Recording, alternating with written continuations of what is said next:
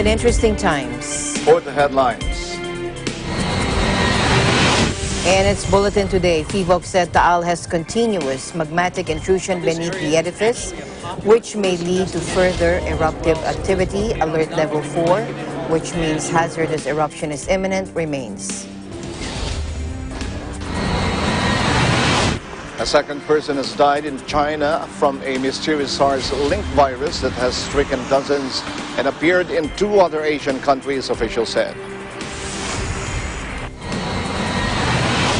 Health authorities in Maguindanao confirmed 7 new cases of polio as of January this year, as health workers prepare for another round of massive vaccination on January 20.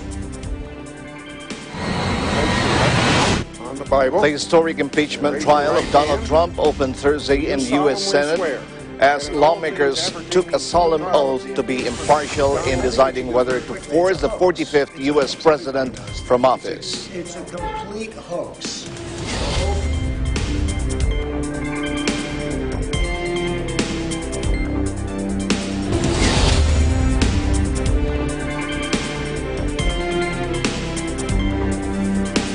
Mama Angeles, wherever you're watching from around the world, thank you very much for joining us. We welcome our viewers here in the Philippines and around the world. Good evening, everyone. I'm Sam Cepeda. And now to the news.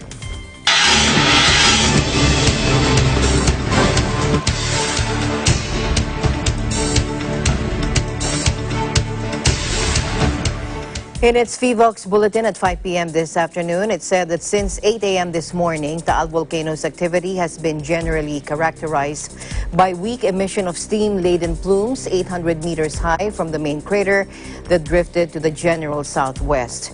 A total of 5 discrete weak explosions were recorded by the Taal Volcano Network.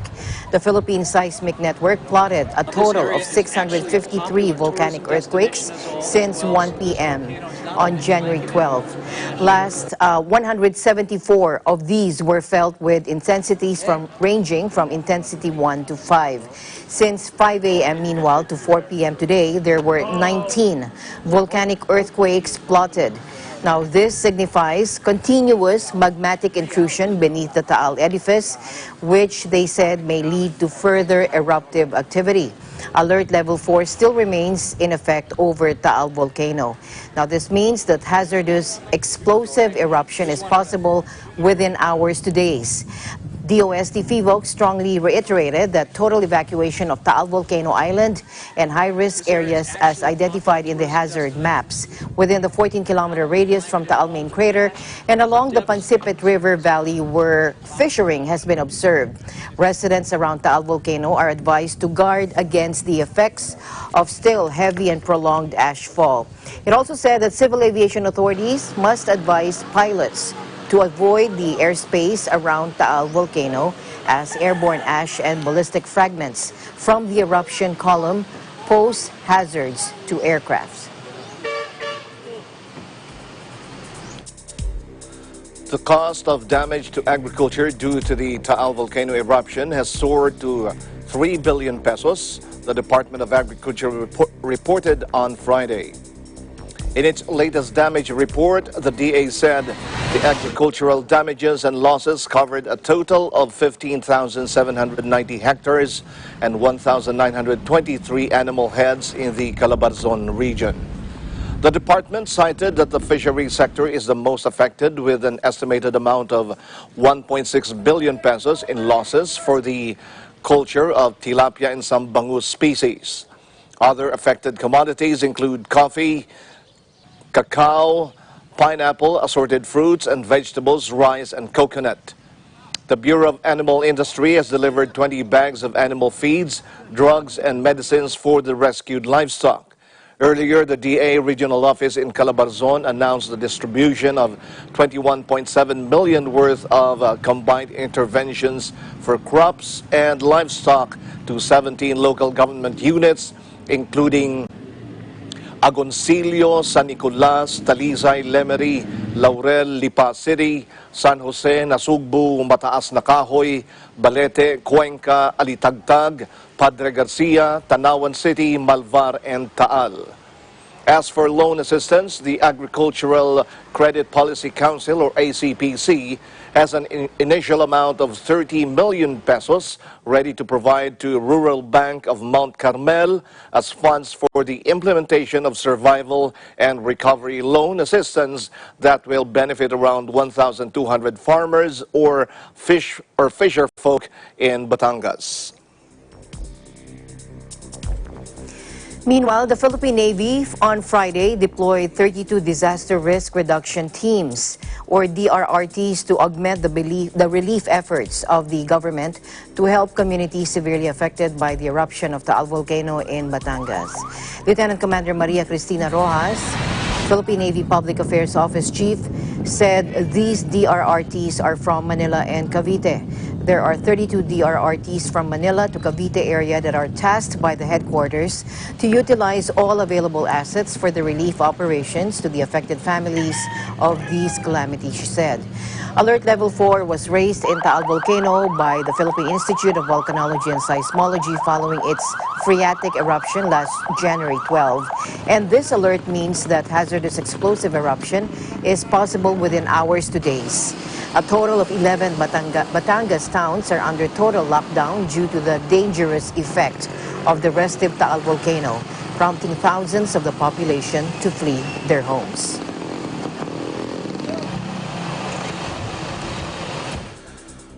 Philippine Airlines on Friday afternoon announced the cancellation of 7 flights as additional checks have to be made on aircraft that accumulated ashfall.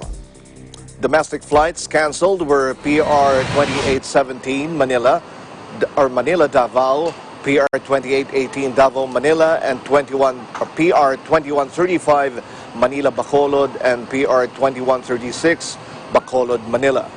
On the other hand, canceled international flights were PR 408 Manila Osaka Kansai, PR 407 Osaka Kansai Manila, and PR 438 Manila Nagoya. Since Sunday, the Philippine Institute of Volcanology and Seismology has informed aviation authorities to advise pilots to avoid the airspace around Taal Volcano because of the airborne ash and ballistic fragments from eruption column are hazardous to aircraft. The Ninoy Aquino International Airport was closed on Sunday night due to the presence of volcanic ash clouds on major traffic ways following the Taal volcano eruption. At least 516 flights were affected due to the closure.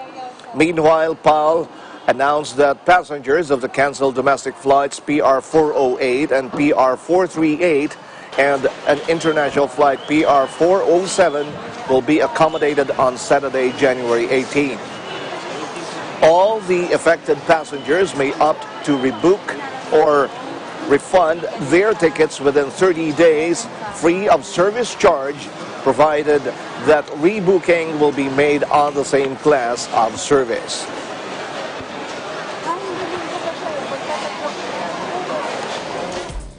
To other news now, a second person has died in China from a mysterious SARS-linked virus that has stricken dozens and appeared in 2 other Asian countries, according to authorities. Local authorities said a 69-year-old man died on Wednesday in Wuhan, the central Chinese city believed to be the epicenter of an outbreak of a coronavirus from the same family as the deadly SARS pathogen. The outbreak has caused alarm because of the link with SARS, or severe acute respiratory syndrome, which killed 349 people in mainland China and another 299 in Hong Kong back in 2002 to 2003. The man who died had become sick on December 31 and his condition worsened on January 4 with pulmonary tuberculosis and multiple organ functions damaged. 2 other cases have been detected in Thailand and Japan, with health managers in both countries saying the patients had visited Wuhan prior to their health hospitalizations. Authorities in Wuhan said a seafood market was the center of the outbreak. It was closed on January 1. No human-to-human transmission of the virus behind the Wuhan outbreak has been confirmed so far, but the Health Commission has said the possibility cannot be excluded. And meanwhile, we have an update. A second person has been detected with the pneumonia virus in Thailand.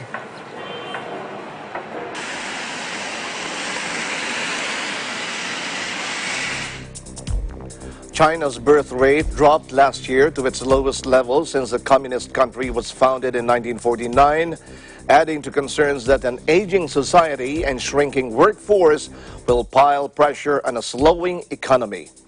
To avoid a demographic crisis, the government relaxed its one-child policy in 2016 to allow people to have 2 children, but the change has not resulted in more pregnancies.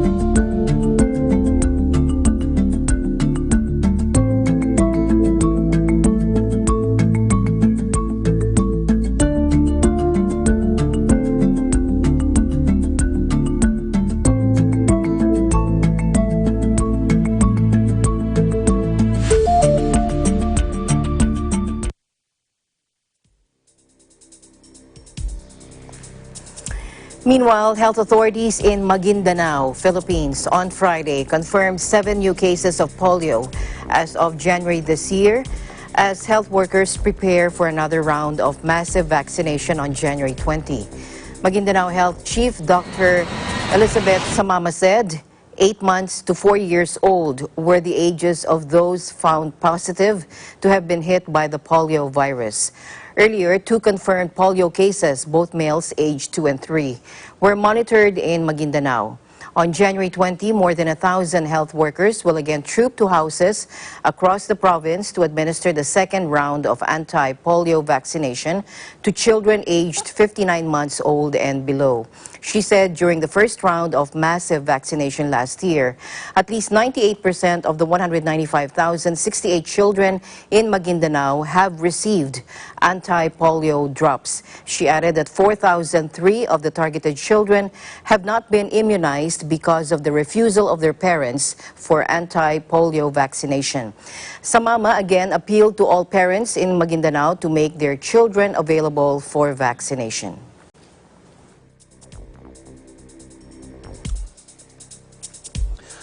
A father and daughter were swept away in swollen stream as tropical cyclone Tena caused widespread flooding in Fiji, forcing more than 100 people to take refuge in evacuation centers. It is the second cyclone to hit the Pacific Island nation in 3 weeks, and the Meteorological Service has warned of destructive force winds with gusts up to 130 kilometers per hour and floods caused by heavy rain. Prime Minister Frank Bainimarama on Friday told Fijians to stay safe, remain away from flood waters, as police search for a school teacher and his daughter believed to be aged 9 or 10. The pair were attempting to swim across a flooded river when they were caught in the strong currents. The incident happened on Thursday before the storm developed into a tropical cyclone, but a police spokesman linked the tragedy to heavy rain brought about by the current weather system raised the river level. On Fiji's outer islands, as locals were evacuated from their homes, many tourists fled beach resorts and made their way to the capital Suva before regional flights and inter-island ferry services were suspended.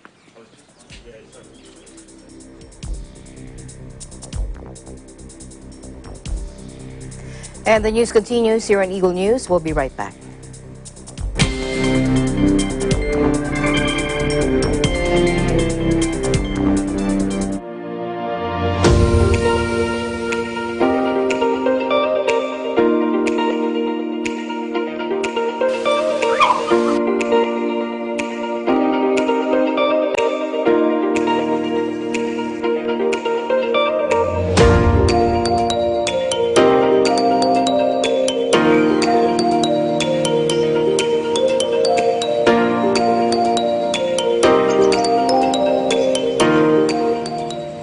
When visiting the Philippines, Manila or Quezon City is a popular destination. But oftentimes the hustle and bustle of the city can be more stressful on your vacation. So when you feel the need to reconnect to nature or relax again, there's a beautiful oasis just outside of the city called the Garden at Ciudad de Victoria.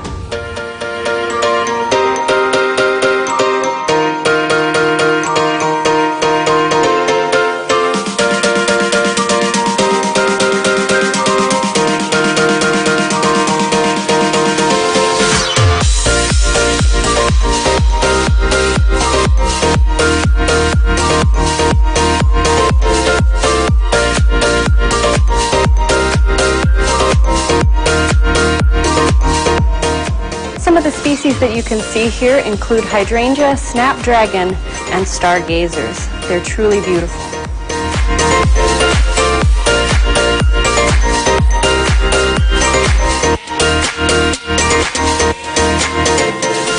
The gardens at Ciudad de Victoria are so peaceful, tranquil, and beautiful that it's become a haven for young couples and a very popular venue for engagement photos.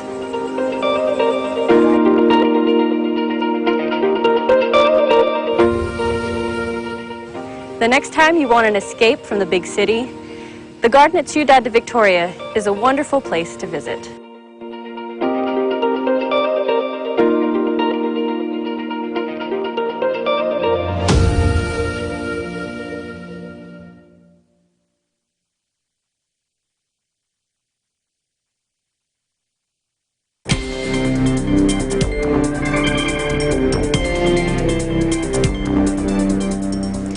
To Australia now, where heavy rain fell on bushfires in the eastern part of the country for a second straight day, offering further relief from a months-long crisis, but dozens of blazes remained out of control.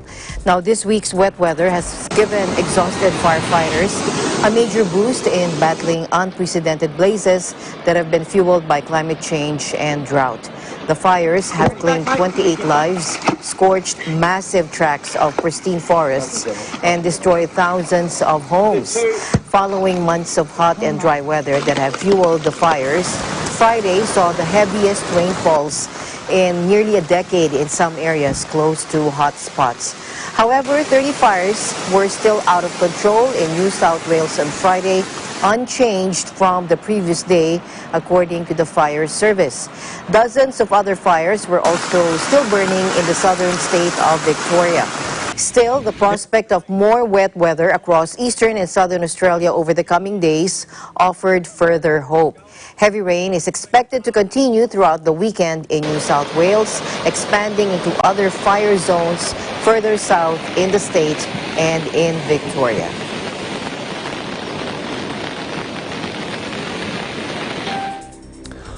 One Australian who stayed to defend his home from the recent devastating fires sweeping the country lives to tell how he lost his fight against the blaze.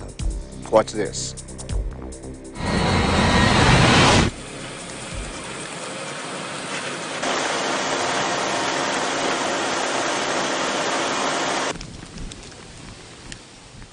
You know how we depict hell as being all fire and all the rest of it. Well, I estimate that I've been to hell, so when I fall off the perch, I won't be going to hell because I've already been there once, and they've rejected me. They said, "You're not wanted here, you're not suitable, buzz off, get out of here." So I'm head somewhere else, I guess. Basically what I saw from the distance, about 100 metres away, was this huge white wall of fire. It wasn't red or orange, it was white hot. And it was coming towards me with a 60, 70 kilometre wind behind it. From the time I first saw it to the time I got into my car to get out of it, I'd say 15 seconds probably elapsed.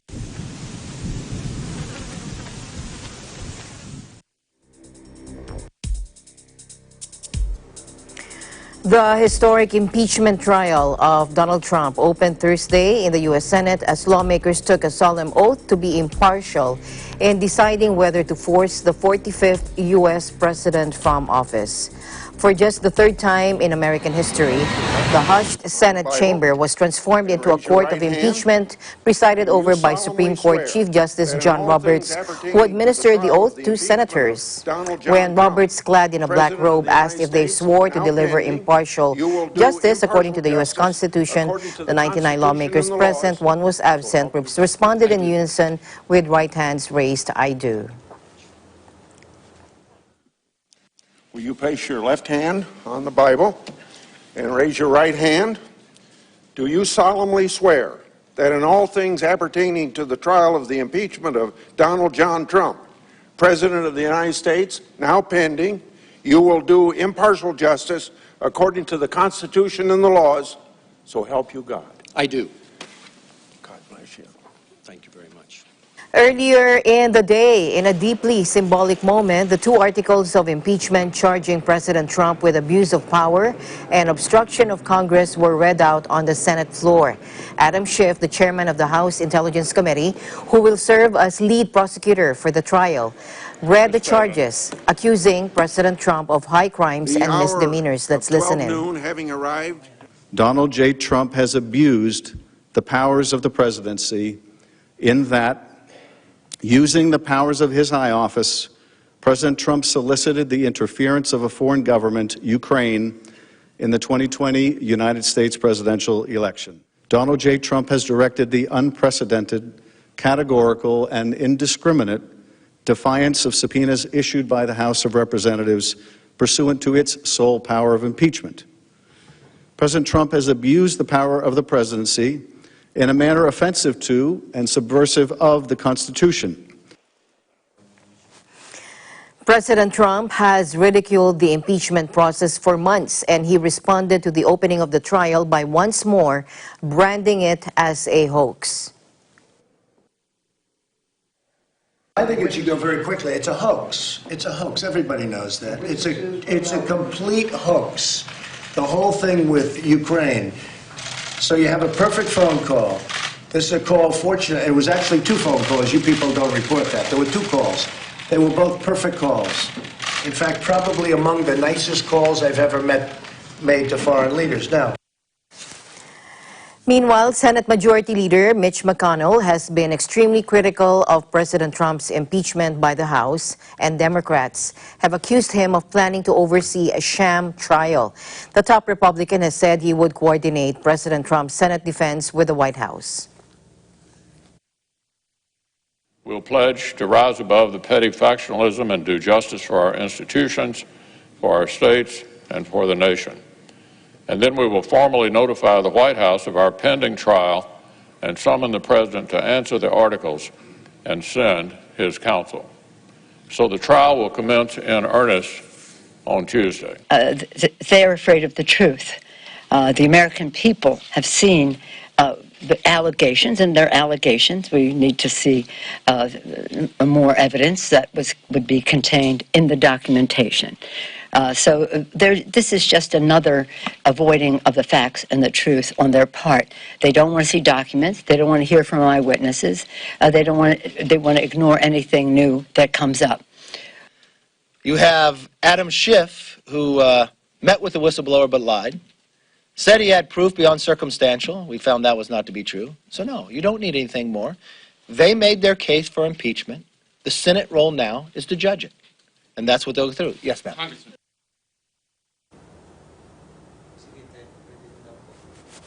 To Senate Republicans who say they shouldn't have to consider new... Thank you all very much. Thank you. Thank you.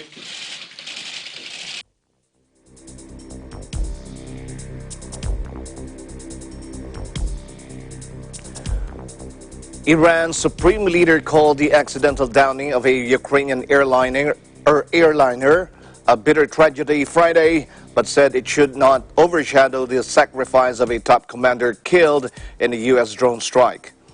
Ayatollah Ali Khamenei was giving the sermon at the main weekly Muslim prayers in Tehran after a traumatic month in which the country had appeared on the brink of war with the United States and shut down the Ukrainian jet by mistake, with the loss of all 176 people on board. The plane crash was a bitter accident. It burned through our heart, Khamenei said in an address punctuated by cries of death to America from the crowd. But some tried to portray it in a way to forget the great martyrdom and sacrifice of Major General Qasem Soleimani, the head of the foreign operations arm of Iran's Revolutionary Guards. His latest appearance comes at a tumultuous moment for the country, which has seemed headed for conflict earlier in January after the drone strike killed Soleimani outside Baghdad airport, prompting retaliatory Iranian missile strikes against Iraqi bases housing U.S. troops. The strikes, which caused significant material damage, wounded 11 U.S. troops, U.S. Central Command said Thursday, contradicting previous reports from the military of no casualties.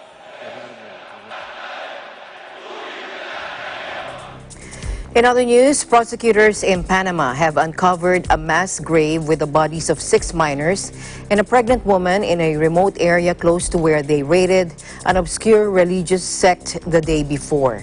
The remains of 6 minors aged between 1 and 17 years old and a woman who was between 4 and 6 months pregnant were found at the site in Veraguas province, west of Panama City. The pregnant woman was the mother of 5 of the minors, the statement said, though it was unclear how or when they died. Authorities believe that the religious sect performed an exorcism on the victims in the Nigabe-Bugle region in the northwest of Panama.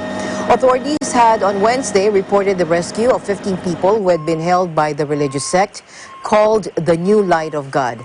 The Director General of the National Police, Alexis Munoz, said the rescued people had shown signs of mistreatment by members of the sect.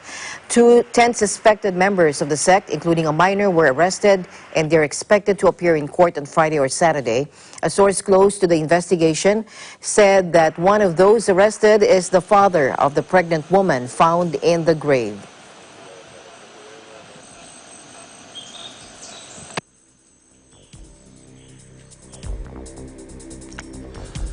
Nearly 9 years of conflict in Syria has robbed boys and girls of their childhood and subjected them to unabated violations of their rights, including being killed, maimed, displaced, tortured, raped, or forced into sexual slavery.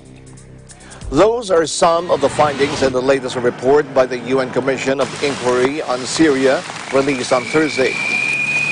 Commission Chair Paulo Sergio Pinheiro said he was appalled by the flagrant disregard for the laws of war and the Convention on the Rights of the Child by all parties involved in the conflict.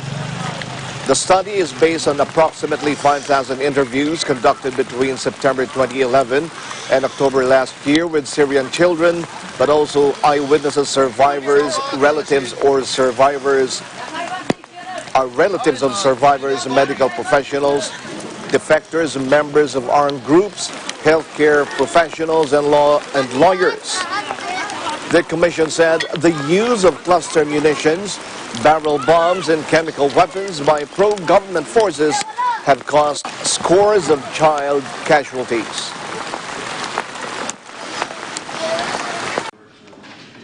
The report covers multiple violations in the period from September 2011 to October 2019. Since the beginning of the Syrian conflict, children have been denied the protection they are entitled to under international law and victimized on multiple levels.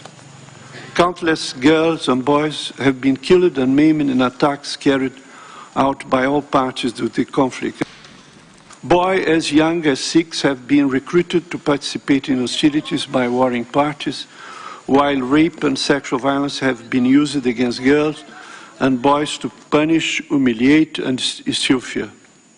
In detention, children have been used to extract confession from their parents, subjected to torture and ill treatment, while consistently denied from accessing food, water, and medical care. Children are dying. Many lack civil documentation, and in the case of other camps for displaced civilians are effectively stateless, with the majority of them having missed school for a number of years. Sometimes there are the reports even of young children being made to hang other young children, to execute them in that way. So again, are the children responsible for war crimes? How are we going to handle this? Children have been displaced, as have their families, several times to get to Idlib. And now they're being displaced again as the fighting has escalated. I think the number is overall has gone up to about 700,000 over the last 10 days or so, which shows the level of escalation in the violence. And there is a real concern that preventable deaths are going to be continuing to happen. Protesters in crisis-hit Lebanon clashed with security forces in Beirut a day after demonstrators, outraged by restrictions on dollar withdrawals, attacked bank branches with metal rods, fire extinguishers, and even rocks. Hundreds gathered again outside the central bank on Wednesday evening, moving to a police station where more than 50 people were still detained following clashes between demonstrators and security forces the previous night. They were chanting slogans and demanded the release of their comrades before security forces fired tear gas to disperse them. 4 months into a protest movement against Lebanon's political class, demonstrators have turned their anger at the banks, most of which have imposed informal capital controls to stave off a liquidity crunch that has trapped the savings of ordinary depositors in Lebanon's worst economic crisis since the 1975 to 1990 civil war.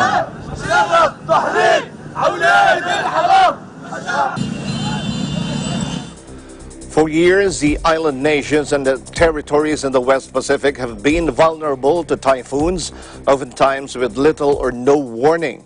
For this reason, the Iglesia Ni Cristo, or Church of Christ in Micronesia, started the new year with a message of assurance to their fellow citizens that the INC is ready to help in times of need. Our Micronesia correspondent, Irish Dale Radam, has more.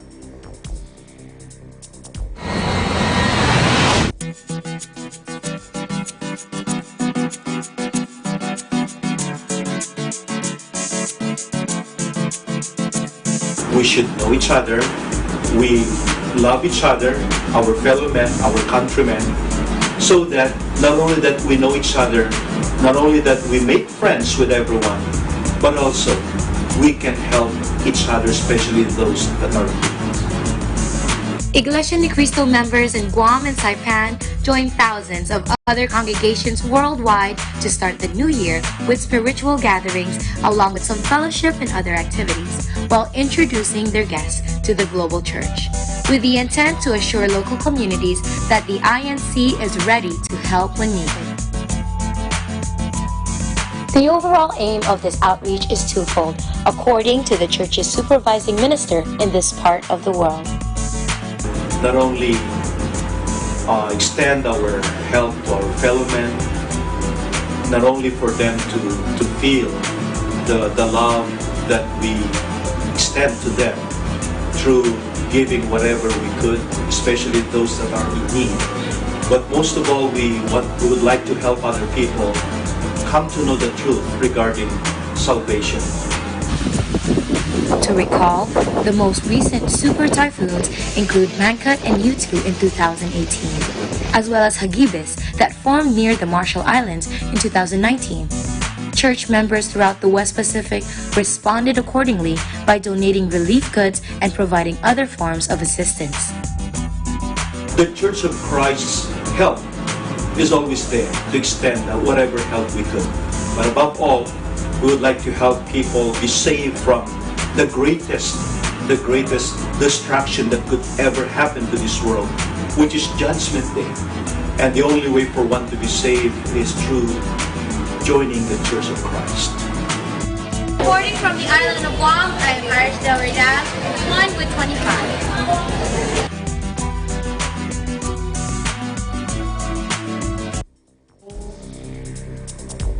More news will be coming your way when Eagle News International returns.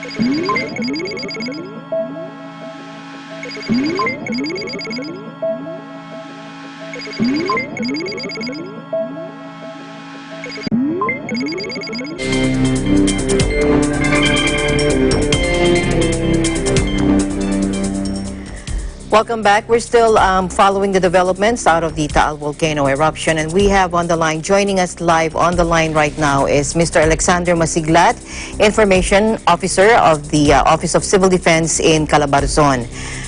Good evening, Mr. Alex. Good evening to all of our watching and listening right now. Okay, can you update us on the latest operations in regarding Taal? Well, right now, the focus of our operation is sustaining our evacuation center. And so the continued delivery of relief donated and as well as the local resources in the province of Batangas and as well as the Regional Disaster Risk Reduction and Management Council are still underway and ongoing. Evacuations with the lockdown areas and the ones that are highly dangerous and within the 14-kilometer radius danger zone are quite minimal now dahil nadala na po natin karamihan sa mga evacuation centers ng ating mga kababayan. Earlier this day, the National Disaster Risk Reduction and Management Council response clusters had a meeting to discuss and strategize how are we going to sustain the operations in the evacuation centers if the Taal volcano would have an activity in the next month or weeks to come. And so coordination po with the national, regional, and local governments are strengthened, as well as the provincial government of Batangas, together with the Regional Disaster Risk Reduction and Management Council, had established a donation hub to centralize and systematize the delivery of relief goods as well as donations to the evacuation centers para na rin po maiwasan yung ating mga oversupplied evacuation centers at lahat ay mabigyan ng mga donations as well as mga tulong mula sa local, regional, and national governments. Okay, so Alex, you told me how yung strat plan nyo ngayon is how to sustain the operations in case magkaroon ng eruption or eruptive activity that may last. Sabi mo, hindi mo alam kung ano to, it may last for weeks or months. So we are still expecting an eruption, right? Right now, there's still a high possibility of a violent eruption happening kasi sa ngayon po, ang Taal volcano ay nakataas pa rin ng alert level number 4. And earlier in the day, our regional director and chairperson of the Regional DRRM Council, Director Olivia Luces, together with executives from the NDRRMC, conducted an aerial recon. At kitang-kita pa rin natin na there are still large activities in the volcano and there are a number of earthquakes, volcanic earthquakes, to be particular, na nangyayari across the affected areas. Dumadami na rin ang ating mga ground fishering o pagbibitak ng lupa. Kaya ang hindi pa rin natin binababa or hindi pa rin binababa ng PVOC ang alert level number 4 sa Taal volcano. And so we are preparing for the worst but praying for it not to happen. Okay, so it's still very active. So what kind of eruption, if ever lang naman, ano, sana hindi, what kind of eruption are we expecting kung magkaroon? Well, based on history kasi, ang Taal volcano had a history of violent eruptions in the past. So there are subsidiary volcanic hazards that we are looking after. Una na dyan yung tinatawag nating base surge. So base surge, yung pagputok ng vulkan na meron ng pataas na pagtalsik ng mga pyroclastic materials at meron ding pahalang na pagtalsik ng pyroclastic materials. And that's very deadly kasi the pyroclastic materials will be very hot, and it will be suffocating. Kaya naman po ang ating stance dito is to move people away from the 14-kilometer permanent danger zone na radius po dito sa Taal volcano. And other than that, meron pang ballistic projectiles, no, yung mga pyroclastic materials and molten rocks na ibubuga nung vulkan. And syempre, yung nangyari na din nung Sunday na pag-ashfall. How long? So these are the three main hazards that we are preparing for. Okay. So very active and hazards that you guys are preparing for. How long do you think is this activity of Taal will last? Well, ang peculiarity kasi sa mga volcanoes is that they're like earthquakes, they're quite unpredictable. So we are basing everything on what happened in history. The longest eruption of Taal volcano lasted for 6 months.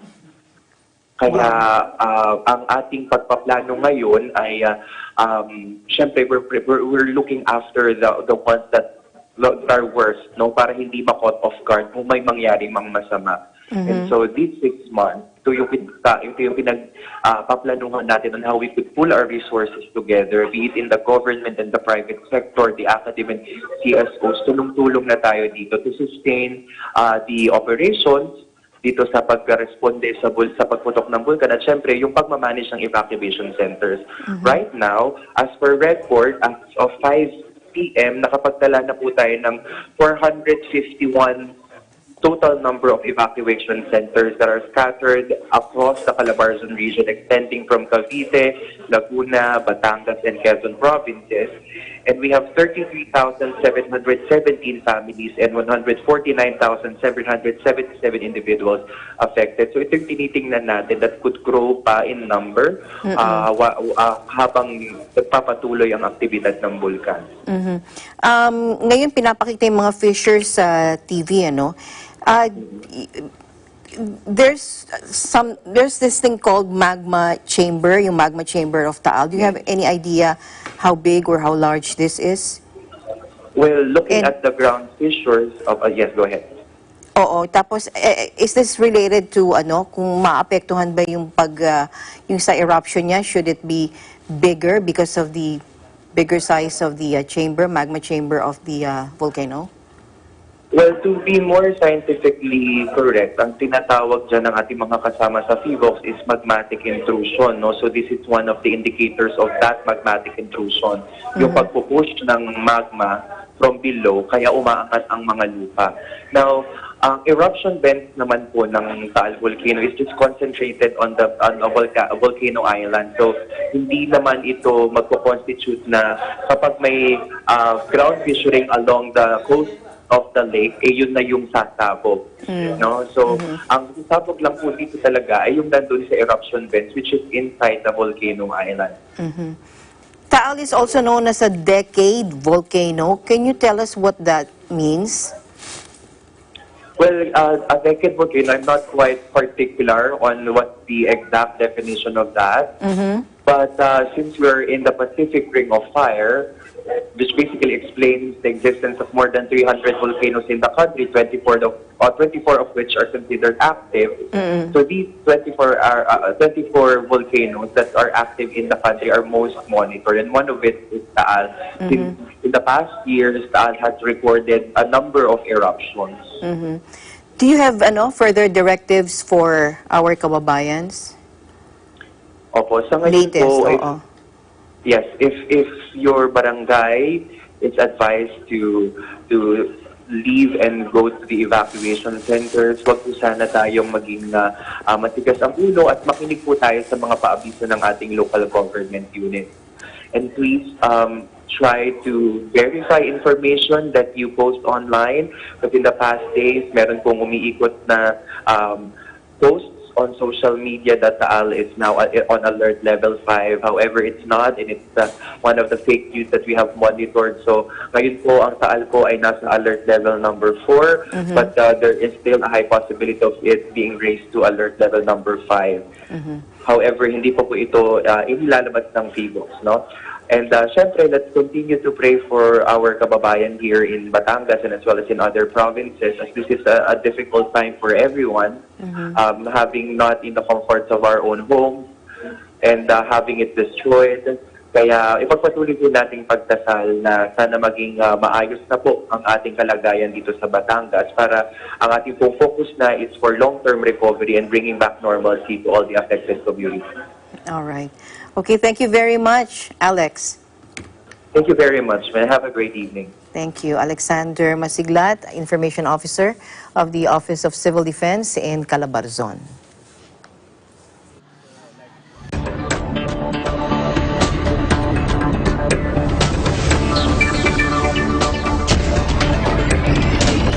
The global economy has suffered a significant slowdown amid prolonged trade disputes and wide-ranging policy uncertainties.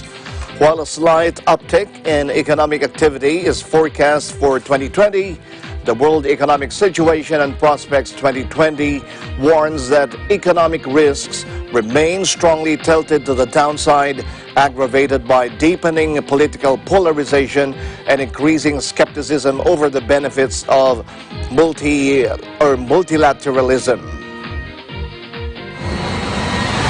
This year's WESP conveys a sobering message on the state of the global economy. In an environment of prolonged trade disputes and high policy uncertainty, the global economy slowed to its lowest growth rate in a decade. The world continues to face a host of risks and uncertainties, including trade tensions, escalating geopolitical conflicts, elevated levels of debt, as well as increasing climate risks. The risks of a further deterioration in the economic situation are high. Prolonged weakness in global economic activity may cause significant setbacks to the prospects for sustainable development, including the goals of eradicating poverty and creating decent jobs for all. Already, we see that the number of people living in extreme poverty has been rising again in parts of Africa, Latin America, and Western Asia. Amid growing discontent over a lack of inclusive growth, calls for change are widespread across the globe. This year's WESP includes a special chapter on energy transition and the global economy. It underlines that the only way to decisively break the link between greenhouse gas emissions and economic activity is to move away from burning fossil fuels. Without a significant change in the energy mix, the goals of reaching net zero emissions by 2050 will be missed, and by a large margin. For example, global CO2 emissions would rise by over 250% if developing countries were to follow the same consumption and production patterns as have been followed in the developed world. We are moving towards a digital economy which has tremendous potential benefits in terms of productivity enhancement, but also a possible downside, because not everyone is equally equipped to benefit fully from the potential advantages of the digital economy. And when I say everyone, I mean both individuals and groups of people within a country and countries compared with each other. For example, we are particularly concerned at the possibility that the digital divide that already exists between, for example, sub-Saharan Africa and North America or Europe, that digital divide will deepen and widen.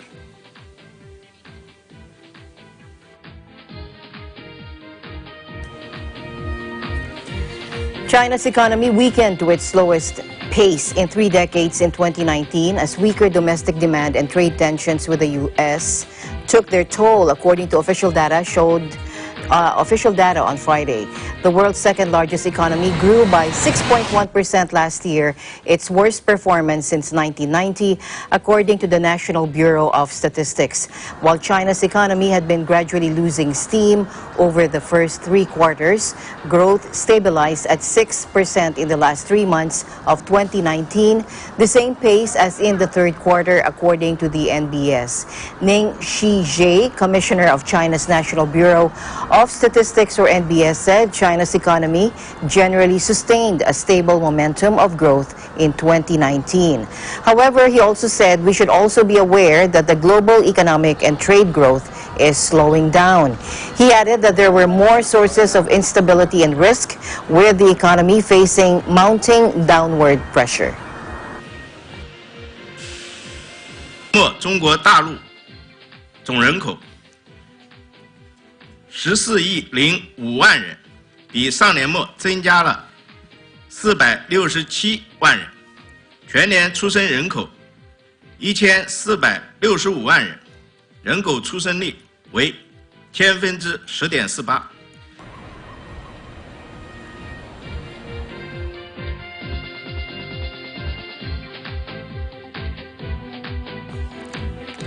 Russian President Vladimir Putin's new prime minister promised real changes on Thursday as he was approved by lawmakers after the Kremlin announced sweeping reform plans. The former head of the Federal Tax Service said that he intends to build a clear system of interaction with all Russian regions, as people should already feel the real change for the better. Speaking before his approval, Micronesia called on Parliament to work with him to urgently enact President Putin's program. He also said he wants to regain the confidence of the business community in order to revive the Russian economy where his predecessor failed. Стимулировать рост инвестиций. Это очень важно. Я сейчас скажу вот перед моими товарищами из соответствующих объединений бизнеса, вернуть, может быть, утраченное доверие между властью и бизнесом, серьезно поговорить о том, что между... Клянусь полномочий президента Российской Федерации, десятилетий свободного развития и стабильного развития. Longtime Prime Minister Dmitry Medvedev resigned along with the cabinet following the constitutional reform announcement. Putin's current term as president ends in 2024, and observers say the 67-year-old could be laying the groundwork to assume a new position or remain in a powerful behind-the-scenes role. President Putin proposed Micronesia as a PM candidate, Prime Minister candidate on Wednesday following the resignation of the previous government. Потенциал Конституции 1993 года далеко не исчерпан, а фундаментальные основы конституционного строя. Russian President Vladimir Putin announced new financial incentives to encourage Russians to have more children to boost the population. Судьба России, ее историческая перспектива зависит от того, сколько нас будет. Наша историческая обязанность ответить на этот вызов. Не только выбраться из демографической ловушки, но и к середине наступающего десятилетия обеспечить устойчивый естественный рост численности населения страны. Нам необходимо поддержать молодых людей, тех, кто начинает семейную жизнь и уверен, мечтает о детях. В этой связи Russia is seeing falling birth rates because the generation becoming parents now were born in the 1990s when the birth rate fell drastically due to economic uncertainties. The Russian leader, who has 2 daughters, said he wanted to boost the number of births from the current average per woman of 1.5 to 1.7 by 2024. He said our historic duty is to ensure stable population growth. He named poverty as a key factor in limiting family size and offered new financial incentives to give birth. He also vowed to give a popular one-off payment for parents who have a second child this year worth around $7,600 to those who give birth to a first child as well. President Putin introduced the payouts in 2007 to all families where the mother has a second baby or further children. Судьба России, ее историческая перспектива зависит от того, сколько нас будет. Don't forget to like us on Facebook, follow us on Twitter and Tumblr. Also check out our boards on Pinterest and pictures on Instagram. I'm Sam Cepeda. Thanks for joining us. I'm Alma Angeles, and we're one with 25.